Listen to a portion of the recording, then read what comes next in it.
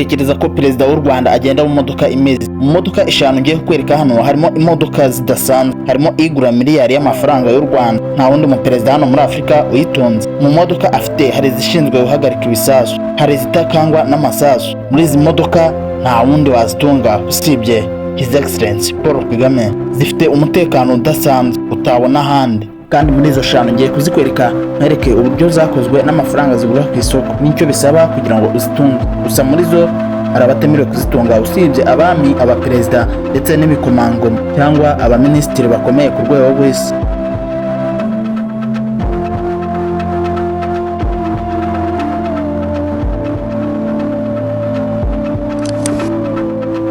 Ku mwanya wa gatanu turasanga Mercedes Benz S600 Gold. Iyi ni imodoka ihambaye cyane ku rwego rwo hejuru ku buryo utabitekereza. Iyi version yasohotse mu mwaka wa 2014. Iyi modoka ku isoko igura hafi angana n'ibihumbi 500 by'amadolari Leta Zunze Ubumwe za Amerika kugera ku bihumbi 700 by'amadolari ya Amerika. Ikagira umuvuduko uhebuje bituma abaperezida cyane cyane bo muri Afrika bayikundira. Ifite ubushobozi bwo kugenda kilometero 190 ku isaha, kandi ikaba ifite bullet proof, ibirahure by'imitamenwa bitamenwa n'amasasu cyangwa imbunda za machine gun, kuko ifitemo ubuhanga bukomeye cyane n'imbunda n'ibiturika ushobora kuyitega munsi. Ikaba ifite umwihariko ku buryo uwusigaramo asigara afite umudendezo ku buryo nta cyamuhungabanya. Iyi ni Mercedes Benz S600 Gold iza ku mwanya wa gatanu. Ihera ijisho maze dukomeze.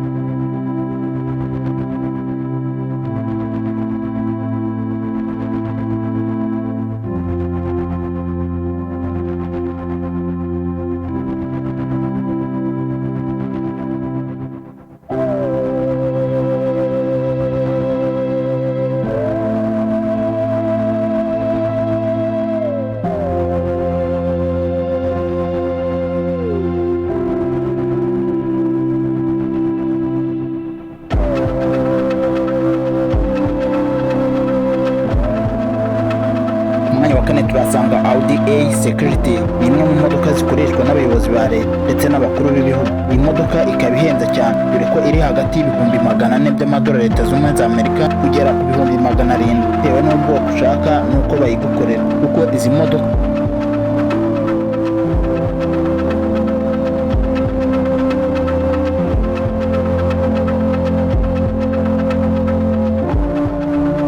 izi modoka mbyutse zitangwa kuri komande, ntabwo ari upfa kuyibona uko ubonye gutyo gusa.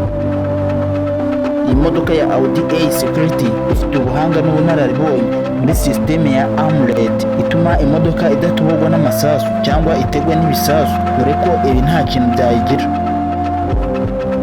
Kone niyo yaba ari ibisasu bitabye mu butaka, kuko ikomeza ikanyuraho nkaho nta cyabaye, dore ko ifite n'umuvuduko abenshi bakunda. Ifite umuvuduko wa kilometero 250 ku isaha, ikaba inyaruka bihagije. Iyi Audi ikaba ikorwa n'uruganda rw'Abadage mu ishami rya Volkswagen.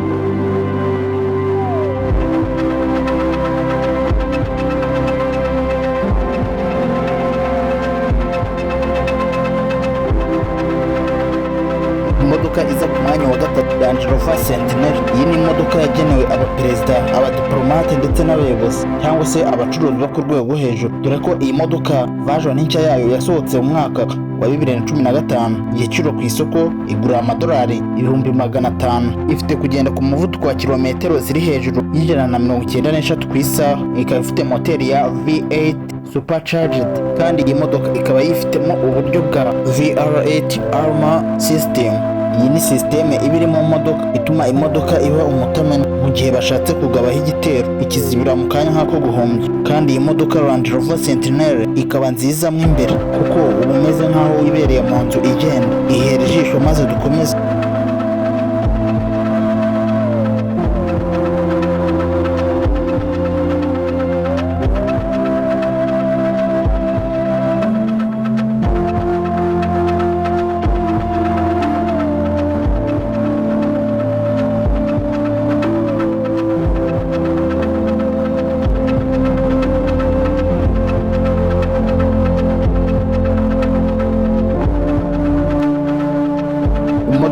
mwanya wa kabiri Perezida Paul Kagame agendamo ni imodoka ya Toyota Land Cruise 200 AMRED. Akenshi ikunze kugenda iherekeje izo arimo, ariko rimwe na rimwe ayigendamo dore ko afite nyinshi zo muri ubwo. Ifite umwihariko kuko ikomeye cyane. Iyi modoka akenshi usanga abantu bakuru bayikunda cyane. Toyota Land Cruise 200 isanzwe igura hagati y'ibihumbi 85 by'amadolari kugera ku bihumbi 100, ariko gusa imodoka ifite antibari kandi ikaba ifite na sisiteme y'umutemenwa y'ubwirinzi ishobora kugera ku bihumbi 250 kugera ku bihumbi 400 by'amadolari ya Leta Zunze Ubumwe za Amerika. Iyi modoka ifite umuvuduko uri hejuru cyane.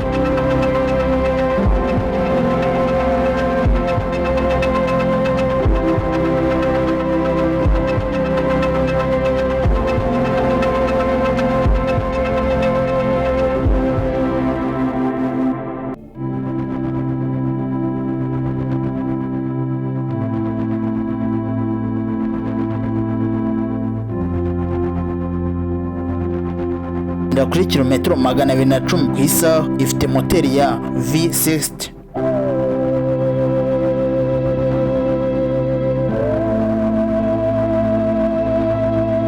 Ikoreshwa n'abaperezida n'abaminisitiri cyangwa abakuru b'abasirikare, abacunga umutekano w'abayobozi n'abandi. Iyi modoka ikaba nziza cyane kuko ikomeye, izwi cyane kugenda mu misozi, mu mihanda mibi, kandi uyicayemo aba yumva nta cyabaye, akomeza kugenda akagera ku rugendo aho ashaka hose nta kintu kimunyeganyeza na kimwe. Kandi iyi modoka ikaba ari imwe mu zikunzwe n'abakuru b'ibihugu hano muri Afurika by'umwihariko.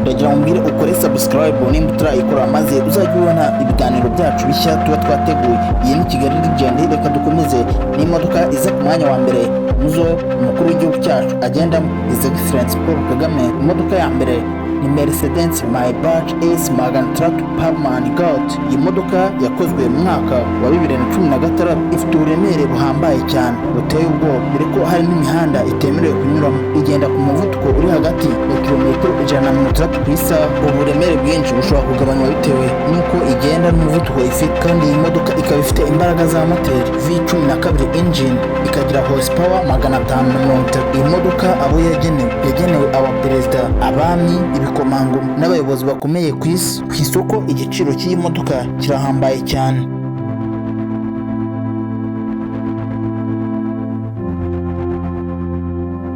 kuko kiri hagati ya miliyoni n'ibihumbi 400 by'amadolari ya Leta Zunze Ubumwe za Amerika.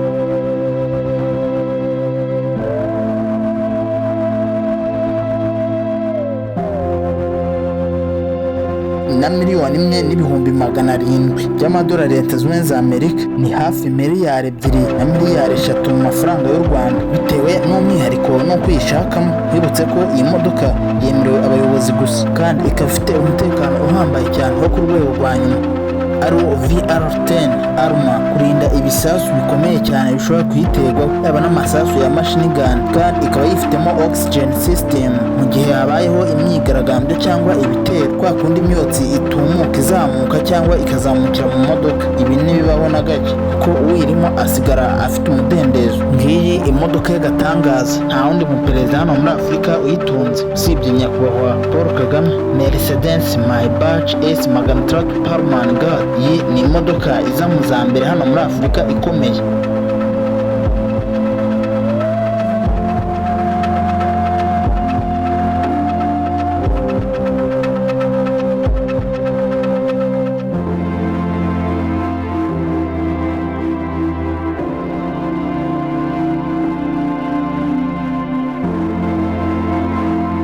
Ni nuko nsoje ikiganiro. Iyi ni Kigali Legend. Kora subscribe maze tuzahure ubutaha.